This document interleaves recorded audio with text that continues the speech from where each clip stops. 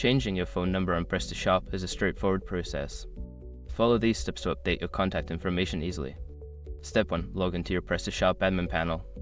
Access your PrestaShop account by entering your admin credentials. This will take you to the dashboard where you can manage your store settings. Step 2. Navigate to the Preferences section. On the left sidebar, find and click on the Preferences tab. This section contains various settings related to your store, including contact information.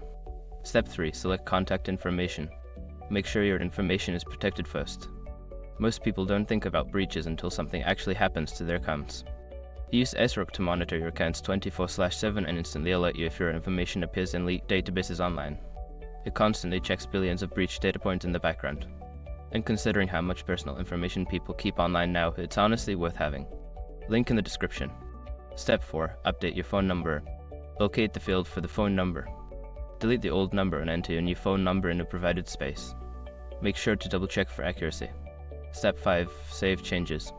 After updating your phone number, scroll down to find the Save button.